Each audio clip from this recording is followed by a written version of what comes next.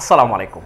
অনেকেই আমাকে মাঝে মাঝে প্রশ্ন করে বসে, আমার যারা ফলোয়ার বা আমার যারা স্টুডেন্ট আছে তারা অনেকেই আমাকে প্রশ্ন করে বসে, স্যার আমি তো পড়ালেখা কেবল 3, 4, 5, 6, 7 পর্যন্ত পড়েছি, পড়ার পর আর পড়াশোনা হয় না, আমার কি ইংরেজি শেখা সম্ভব? অবশ্যই সম্ভব। আপনার বয়স যদি 85 বছর হয়ে থাকে, আপনি মনে করেন 2, 3ও পড়েন নাই, পড়ালেখাই করেন নাই, তারপরে আপনি ইংরেজি শিখতে পারবেন, কারণ এটা একটা ভাষা। তো বন্ধুরা, আজকে আমরা দুর্দান্ত এরকম কিছু ক্লাস করব, ইংলিশ ফাটাকেষ্ট ইমরুল কায়েস।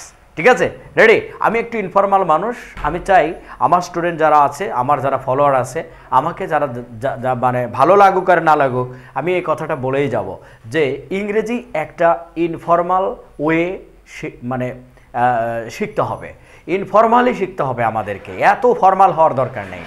মাঠে ঘাটে হাটে যেখানে যাই থাকি না কেন সেখানে আমাদের ইংরেজি প্র্যাকটিস করতে হবে, তাহলে আমাদের ইংলিশটা অনেক সহজ হবে। বন্ধুরা, এরকমই আজকে একটা দুর্দান্ত ইনফর্মাল একটা ক্লাস নিয়ে আসছি, সে এবং টেল। সবাই কিন্তু আমরা জানি সে এবং টেল মানে ইংরেজির সবচেয়ে জনপ্রিয় দুটি শব্দ। এরই একটা যমজ ভাই আছে, তাদের নাম হচ্ছে স্পিক, এদের যমজ ভাইয়ের নাম হলো স্পিক এবং টক, TALK। মজার ব্যাপারটা হলো এই দুইটা ওয়ার্ডের বাংলা অর্থ হচ্ছে বলা। কি? শুধু বলা। বলা আবার কলা মনে করো না, এটা কিন্তু বলা, কেরালা বলা। আর এইখানে এই দুটার মিনিং হলো কথা বলা। পার্থক্যটা এইটুকুই। এটা হলো কথা বলা আর এটা হচ্ছে শুধু বলা। যেমন আমি যদি বলি আমি আমি কথা বলি, আমি কথা বলি, হ্যাঁ আমি কথা বলি। সো এখন এই যে আমি কথা বলি, এটার ইংলিশ আমি কি লিখব? যে আই স্পিক অথবা আই টক। কিন্তু কেউ যদি লেখে যে আই সে বা আই টেল, তখন কিন্তু কথা বলা হবে না, আমি বলি, এরকম অর্থ দেবে। সো মজার ব্যাপারটা হলো যে ইংরেজি বলার সময় কিন্তু আমাদের একটু মাথায় রাখতে হবে যে স্পিক এবং টক এই দুটো শব্দ ব্যবহার করব যখন এদের পরে কখনো এরকম কথা শব্দটা উচ্চারণ থাকবে অথবা এদের পরে কখনো কোনো ভাষা উচ্চারণ থাকবে। আমরা ওই দিকে যাচ্ছি না, আমরা স্টেপ বাই স্টেপ একটু দেখব যে সে এবং টেল এই দুটোর মধ্যে পার্থক্য কী, এই দুটো আগে আমরা বুঝবো, তারপরে অন্য দুইটা দেখব। ঠিক আছে, স্পিক এবং টক এই দুটাতে আমরা পরে আসব। সো বন্ধুরা, আমি একটু ইংরেজিতে ইনফর্মালি বলার চেষ্টা করি, কারণ এই বোর্ড ভর্তি অসংখ্য সেন্টেন্স লেখে আমি যদি এখন তোমাদেরকে ইংরেজি শেখাই, তাহলে তোমরা শুধু ইংরেজি শিখবে, বলতে পারবে না। বাট আমি তোমাদেরকে গঠন শেখাবো, মূল পার্থক্য শেখাবো যে সে কখন বলবো, টেল কখন বলবো, তাহলে সকাল থেকে সন্ধ্যা পর্যন্ত রাত দিন 24 ঘন্টা বাক্য তৈরি করবা, কোনো সমস্যা নাই। তো বন্ধুরা, চলো শুরু করা যাক। তো প্রথম পার্থক্যটা কি? দেখো, টেলের প্রথম অক্ষর কিন্তু টি। টেল এর প্রথম অক্ষরটা কি? প্রথম যেটা আলফাবেট, যে বর্ণটা, এটার নাম কিন্তু টি। সো বন্ধুরা, এখানে একটা জিনিস আমরা মনে রাখবো যে দুটো ছন্দর মানে একদম মানে স্ট্রিক্টলি মনে রাখবো। সে, তারপরে লিখবো সামথিং, সের পরে সামথিং বসবে, তারপরে সামন বসবে, সাম ওয়ান। কিন্তু মনে রাখতে হবে এর পূর্বে টু দেওয়া বাধ্যতামূলক। টু দেওয়া কি? বাধ্যতামূলক। আর টেল এটা হবে প্রথমেই সামন আসবে, সামন আসবে, তারপরে আসবে সামথিং। এখানে সামন মানে ব্যক্তি, সামথিং মানে কোনো বস্তু, কোনো ধারণা, আবিজাবি যা কিছু হতে পারে। আর এখানে আছে সামথিং, তারপরে এর পূর্বে কিন্তু সামন, এখানে প্রথমে সের প্রথমে সামথিং আসবে, তারপরে আসবে সামন। আর টেলের পরে প্রথমে সামন, সামন মানে ব্যক্তি বোঝাচ্ছে। হ্যাঁ, কি বোঝাচ্ছে? ব্যক্তি। ভাই, আমি যদি মূল পার্থক্যটা বলি, টেলের পরে যদি কখনো টু ব্যবহার করা হয়, টেলের পরে টেল, এই যে টেলের পরে কখনো টু ব্যবহার করা যাবে না, এটা মাথার ভিতরে গেঁথে নিতে হবে। টেলের প্রথম বর্ণটাকে টি, সো এর পরে কখনো টু ব্যবহার করা যাবে, এখানে কোনো টু নাই। আর সের পরে আমরা সামথিং নেব, কিন্তু সের পরে কখনোই, যেমন আমি যদি এখন একটা বাংলা লিখি তাহলে আর একটু ক্লিয়ার হবে। এক্সাম্পল, যেমন আমি তাকে বলি, আমি তাকে বলি। ভাই, খুব মনোযোগ দিয়ে বোঝার চেষ্টা করবে, তোমাকেই বলছি। হ্যাঁ, এই যে আমি একটা কথা বলি সবসময়, যে অনেকেই আছে আমার এই চ্যানেলে এখন যারা ক্লাস দেখতেছে, অনেকে ইউটিউবে ক্লাস দেখে দেখে বুড়া হয়ে গেছে, ইংরেজি বলতে পারে না। কারণ কি? বগা মগা ছাগু টাইপের লোক এ সমস্ত। কারণ এর এই যে খাতা কলমে একটা জিনিস বাস্তবতা বোঝে না, ভিক্ষা করে খাওয়া লোক কিন্তু সারা জীবন ভিক্ষা করেই খাবে, কারণ কেউ নিজে চেষ্টা করবে না আমি একটা দোকান দিয়ে আমি একটা কিছু করে খাই। ভাই সারা জীবন এই ইউটিউবে ক্লাস দেবে কিন্তু পারবে না, কারণ কি ও গঠন শেখে না, যে বানানো শেখে না, মেকার হতে হবে, তাই না?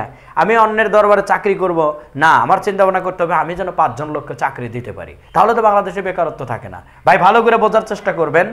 আমি মাঝে মধ্যে একটা কথা অনেকেই আমাকে বলে যে তুমি করে বলো, তুই করে বলো, আপনি করে বলো। ভাই এই বাঙালিদের মধ্যে এই ধরনের মেন্টালিটি, ঠিক আছে? তুমি বলি, তুই বলি, আপনি বলি, সবাই আমার ভালোবাসার মানুষ, এখানে কাউকে ছোট করে দেখার নাই। ইউ মানে যদি আমি এখন জিজ্ঞেস করি যে ইউ মানে কি, ইউরোপীয়রা আমেরিকানরা কিন্তু ইউ এর বাইরে কোনো শব্দ বের করে নাই। ইউ এর বাইরে ইউ মানে তুমি, ইউ মানে আপনি, ইউ মানে তুই, অনেক কিছুই হয়, বাট আমরা বাঙালিরা তৈরি করছি তুমি, তুই, আপনি। সো ভাই এগুলো মাইন্ড করার কিছু নাই। আমি ক্লাসের মধ্যে মাঝে মধ্যে আপনি বলি, মাঝে মধ্যে তুমি বলি, তুইও বলি আমার ছাত্রদের বেশিরভাগ ক্ষেত্রে, এটা হচ্ছে আপন বোঝায়, ঠিক আছে? তো যাই হোক, আমি যেটা বলছি যে আমি তাকে বলি, তাহলে আমি যদি এই সেন্টেন্সটা আই মানে আমি, আর এখন তো অবশ্যই সাবজেক্টের অবশ্যই ভার্ব নিয়ে আসতে হবে, কারণ আমরা জানি SVO, SVO subject verb object, subject verb কি অবজেক্ট। তাহলে সাবজেক্ট নিলাম, ভার্ব নিলাম, ভার্ব কি নেব বলি। তাহলে আমি যদি এরকম লিখি আই সে হিম, এখন অনেকে বলবেন আই সে হিম সেন্টেন্সটা কারেক্ট, আমাদের গঠনে ঠিক আছে কিনা, যে সের পরে অবশ্যই সামথিং আসবে, সামন আসবে না। সামন মানে কি ব্যক্তি, এই যে দেখো সের পরে প্রথমে কি সামথিং, তারপরে ব্যক্তি, তার মানে এই সেন্টেন্সটা ইনকারেক্ট, এটা হবে না। এটাও হবে কিভাবে, যেমন আই সে এই যে সামথিং টু হিম, এই যে এখন কিন্তু সেন্টেন্সটা কারেক্ট হলো। আমি আবারও বলছি ভাই, টেল এবং সে পৃথিবীর সবচেয়ে জনপ্রিয় দুইটা রিপোর্টিং ভার্ব, যেটা ন্যারেশনের ক্ষেত্রে ব্যবহার করা হয়। ন্যারেশনে দেখবা এই সে এবং টেল এই দুইটা সবসময় মানে রিপোর্টিং ভার্ব হিসেবে ব্যবহার করা হয়, কারণ রিপোর্ট করার ক্ষেত্রে, রিপোর্ট মানে কি সাংবাদিকরা তো রিপোর্ট করে, তো রিপোর্ট করার সময় এই টেল এবং সে এই দুটো শব্দ প্রচুর ব্যবহার করা হয়। যখন আমি কাউকে তথ্য দেব, কাউকে ইনফরমেশন দেব, তখন আমরা সে বা টেল ব্যবহার করব। কিন্তু এইটুক মনে রাখবো, টেলের পরে টু দেওয়া কবিরা গুণা, টেল যে জায়গার পরে টু ব্যবহার করা কবিরা গুণা, কোনোভাবে টু ব্যবহার করা যাবে না।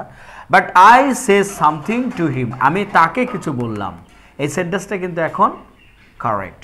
কিন্তু যদি আমরা লিখতাম যে আমি তাকে বলি আই, এখন আমরা এটা একটু মুছে দেই, সের ব্যাপারটা দেখো, এই যে সামথিং তারপরে টু হিম, এই যে টু দিয়েছি, তারপরে এই যে সামান মানে কি ব্যক্তি, এই যে ব্যক্তি কিন্তু হয়ে গেল।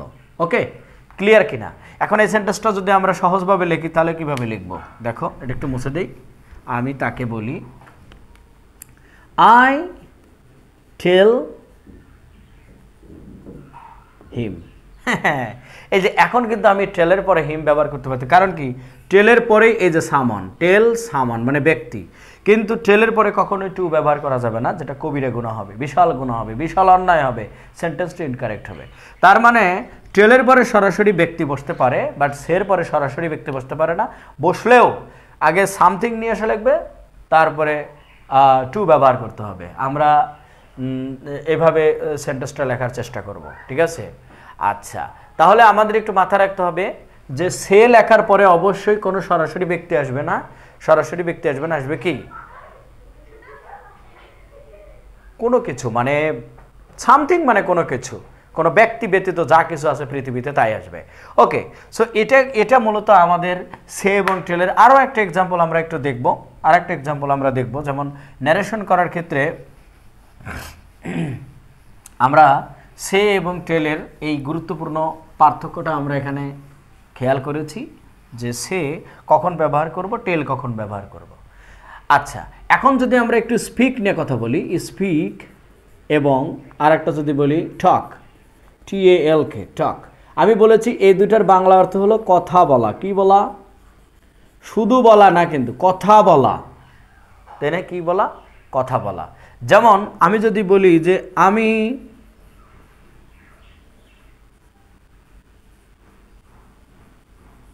ইংলিশ বলি, আমি কি বলি? আমি ইংলিশ বলি। সো খুবই মজার ব্যাপার যে আমি এখানে টক নেব না স্পিক নেব। আবার বলেছে আরেকটা সেন্টেন্স আমরা যদি লিখি যে আমি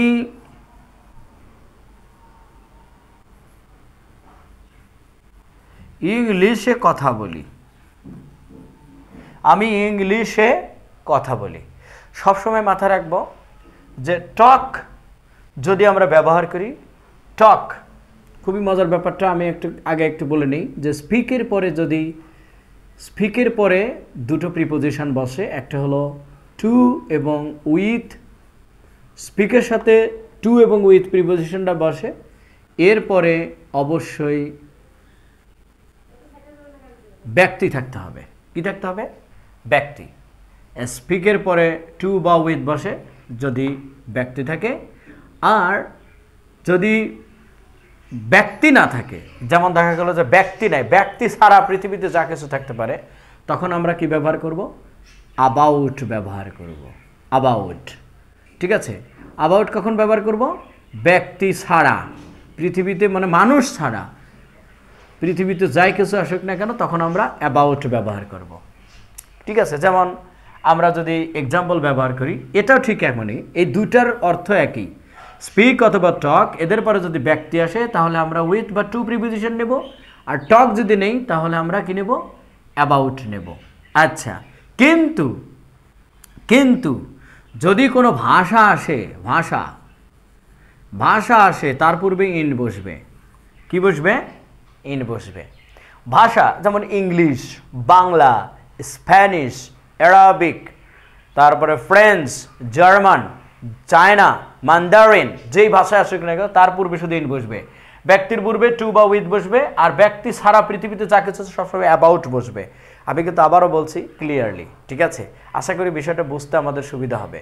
প্রথমে যেমন বলেছে আমি ইংলিশ বলি, তাহলে আমরা লিখব এখানে কি বলেছে? আমি ইংলিশ বলি। I speak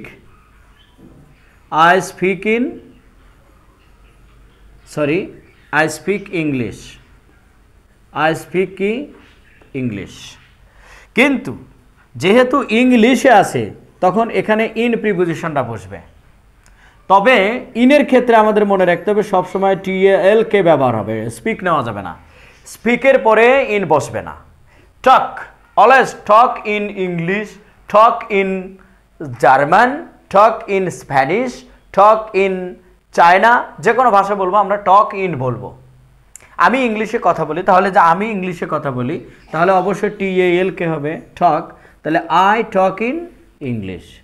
I talk in কি? এই দুটো সেন্টেন্সের মধ্যে পার্থক্য কি? আমি কিন্তু আবারও বলছি যে ইংরেজি শিখতে হলে ফাটাকাস্টর মতো শিখতে হবে, একদম মাঠে নামতে হবে, ভালো করে ভেঙে ভেঙে বুঝে বুঝে শিখতে হবে। আমি এখানে বলেছি কি আমি ইংলিশ বলি, আই স্পিক ইংলিশ, এখানে কিন্তু ইন নেই। কারণ কি? স্পিকের সাথে ইন বসে না, এটার সাথে ইন বসবে না, এটার সাথে ইন বসবে না, ক্রস, এইটার সাথে ইন বসবে। আই টক ইন ইংলিশ, আমি ইংলিশে কথা বলি, তাই কিনা? আমি ইংলিশে কথা বলি তখন in, I talk in English. আর এখানে বলবো আই স্পিক ইংলিশ, আমি ইংলিশ বলি, ইংলিশে বলি নেই, আমি বলেছি আমি ইংলিশ বলি। তো বন্ধুরা, এখান থেকে আমরা দুটো যে জিনিসটা শিখলাম সেটা হলো যে স্পিক এবং টক, এদের পরে যদি কোনো ব্যক্তি আসে তাহলে আমরা টু বা উইথ বসবো, আর যদি ব্যক্তি ছাড়া কিছু আসে তখন আমরা অ্যাবাউট বসাবো, ঠিক আছে? আর যখন ভাষা থাকবে তখন ইন, কিন্তু এখানে কিন্তু স্পিক বসবে না, এখানে শুধু টক বসবে। আমি এখন দুটো হোমওয়ার্ক দেবো, তোমরা অবশ্যই কিন্তু কমেন্ট করে জানাবে যে কোন প্রিপোজিশনটা বসবে। তাহলে এখন কিন্তু দুর্দান্ত একটা সেন্টেন্স দেব। যেমন আমি লিখলাম যে Sonia speaks dash the dash, আমরা লিখলাম মাসুদ ড্যাশ মাসুদ। তো আমি এখানে অপশন এ দিচ্ছি উইথ, অপশন বি দিচ্ছি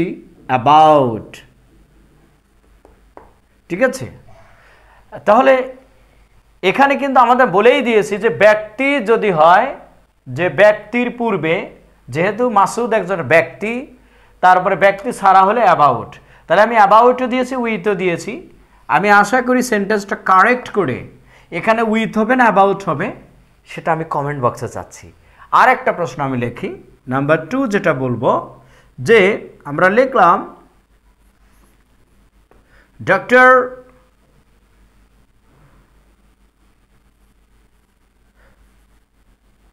Sabiha, Dr. Sabiha was talking dash dowry system in our country. Country. By spoken English আমরা শিখবো, তার মানে এই নয় যে গ্রামার সারা শিখবে, যে এটুক মেনটেন তো করতে পারি। আমরা সারাদিন সে বলতে হয়, স্পিক বা টক, এই দুটো শব্দ ব্যবহার করি, কিন্তু আজকে ব্যবহারটা ভালো করে শিখবো যাতে আমাদের কোনো ঝামেলা না থাকে। আমরা এর আগে গেলে কি শিখলাম, সে এবং টেল। টেলের গুরুত্বপূর্ণ পার্থক্য, টেলের পরে কখনো টু ব্যবহার করা যাবে না, এটা কিন্তু আমরা শিখলাম। আর এই জায়গায় আমরা শিখলাম কি, যে কোন প্রিপোজিশনটা আমরা ব্যবহার করব। তাহলে এই জায়গায় dowry system in our country, dowry DOWRI, dowry, এটা মানে হলো যৌতুক। ডক্টর সাবিহা ওয়াজ টকিং, কথা বলিতেছিলেন, এই যে টক নিয়েছি, এই যে টক এবং স্পিক একটা নিলেই হলো প্রিপোজিশন, ব্যক্তি ছাড়া হলে অ্যাবাউট, যদি ব্যক্তি না হয় ডাউরি, এটা কোনো ব্যক্তি কিনা সেটা অবশ্যই তোমরা ভালোভাবে জানো। তাহলে এখানে ওই অপশন একই, উইথ অথবা অ্যাবাউট, উইথ অথবা কি, উইথ নাকি অ্যাবাউট। আমি চাই সঠিক কারেকশন করে কমেন্ট চাচ্ছি কমেন্ট বক্সে, ঠিক আছে? Thank you. আর একটা পার্থক্য শিখবো আমরা, যে স্পিক এবং টকের মধ্যে আর একটা গুরুত্বপূর্ণ পার্থক্য শিখবো আমরা, ঠিক আছে? আচ্ছা, তাহলে আমরা একটু মুছে দিই। দেখো, যদি এটা হলো যে স্পিক, SPEAK, স্পিক, এটা হলো ফর্মাল, কি মাল, ফর্মাল। আচ্ছা, আরেকটা বলেছে কি TALK, টাক, এটা আবার কি কি মাল, এটা আবার ইনফর্মাল। কি মাল ভাই বলেছি, ইনফর্মাল। এটা ফর্মাল, এটা কি ইনফর্মাল। এখন অনেকে তো মাল বুঝবে না, নাকি সরি ফর্মাল বা ইনফর্মাল এটা বুঝবে না। গরিবের ফাটা কেষ্ট, ইংরেজি শিখতে চাইলে এগুলো জানতে হবে, ফর্মাল জিনিস কি ইনফর্মাল জিনিস কি। যেমন আমার কোন শব্দগুলো দেখা যাচ্ছে যে ফর্মাল বিষয়টা হলো সবচাইতে গ্রহণযোগ্য, এবং সবচেয়ে ভদ্রতা, এটাকে বলা হয় ফর্মাল। ভদ্রতা বলতে কি, আমি একটা ভাইবা দিতে গেছি, 15টা পকেটওয়ালা প্যান্ট পরছি, আর এরকম বড় বড় কালো চশমা পরছি, বড় বড় চুল রাখছি, এটা কি ফর্মাল হলো? ভাইবা বোর্ডে আমাকে চাকরি দিবে? বলবে গেট আউট ফ্রম হিয়ার, এটাকে ইনফর্মাল বলে। কিন্তু আমি টাই পরলাম, অনেক সুন্দর শার্ট প্যান্ট পরলাম, সুন্দর করে পরিপাটি হয়ে যখন আমি ভাইবা দিতে গেলাম, এটাকে বলা হয় ফর্মাল। সো ফর্মাল জিনিসটা মানে ভালো, আর ইনফর্মাল মানে ভালো না খারাপও না, কিন্তু খারাপের মধ্যে বেশি পড়ে ইনফর্মাল জিনিসটা। তাহলে আমার কথা হলো যে এখন আমি একটা সেন্টেন্স লিখব, যে আমি প্রিন্সিপাল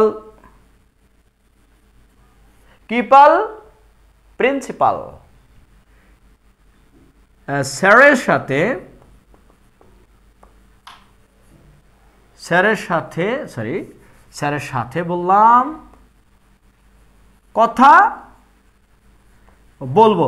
ভাই এখন মজার ব্যাপার হলো, এখানে তো কথা বলা আছে, কথা বলবো, তাহলে আমি টক নেব না স্পিক নেব? আমি প্রিন্সিপাল স্যারের সাথে কথা বলবো, তাহলে আমি টক নেব না স্পিক নেব? মনে জাগে না এই প্রশ্নটা? অবশ্যই জাগে। তাহলে আমরা এখন এই মজার জিনিসটা একটু বলবো, যে যেহেতু বেবো বা আছে, তাহলে আমরা উইল নেব। আই উইল TALK, টক নিব টক? নো। কারণ কি বলেছে, টক হচ্ছে ইনফর্মাল। টক কার সাথে বলবো? বন্ধু বান্ধব বা ছুটকা পুটকা নান্টু পল্টু জন্টু যা আছে এলাকার মানুষের সাথে, তাদের সাথে কথা বলবো। কিন্তু গণ্যমান্য ব্যক্তি যারা আছে, অনেক সমাজের শিক্ষিত, অনেক উঁচু লেভেলে, যেমন প্রিন্সিপাল স্যার, এনার সাথে আমি টক বলতে পারি না, এনার সাথে আমরা কি বলবো, স্পিক বলবো। এই জন্য আমরা টক লিখবো না, I will speak, SPEAK speak. আর প্রিন্সিপাল তো অবশ্যই একজন মানুষ, প্রিন্সিপাল কি মানুষ, ব্যক্তি, তাই উইথ ব্যবহার করব। আই উইল স্পিক উইথ, আমি কিন্তু এই জন্য বলেছি ব্যক্তির সাথে উইথ অথবা টু দেওয়া যাবে, উইথও দেওয়া যাবে। তাহলে আমরা উইথ প্রিন্সিপাল স্যার, কি প্রিন্সিপাল, PAL প্রিন্সিপাল স্যার, হ্যাঁ স্যার, প্রিন্সিপাল স্যার। আশা করি বিষয়টা বুঝতে পেরেছ, তাই না? এইবার আমি তাহলে তোমাদেরকে একটা হোমওয়ার্ক দেব, দেখি তোমরা টক লেখো না স্পিক লেখো। ওকে, রেডি? আমরা ক্লাসটা যদি বুঝতে পারো, of course this will B a kind of guaranteed experience of my life.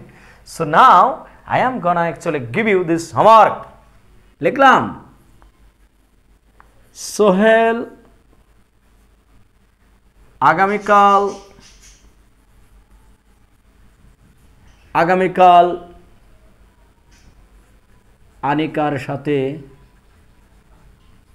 আনিকার সাথে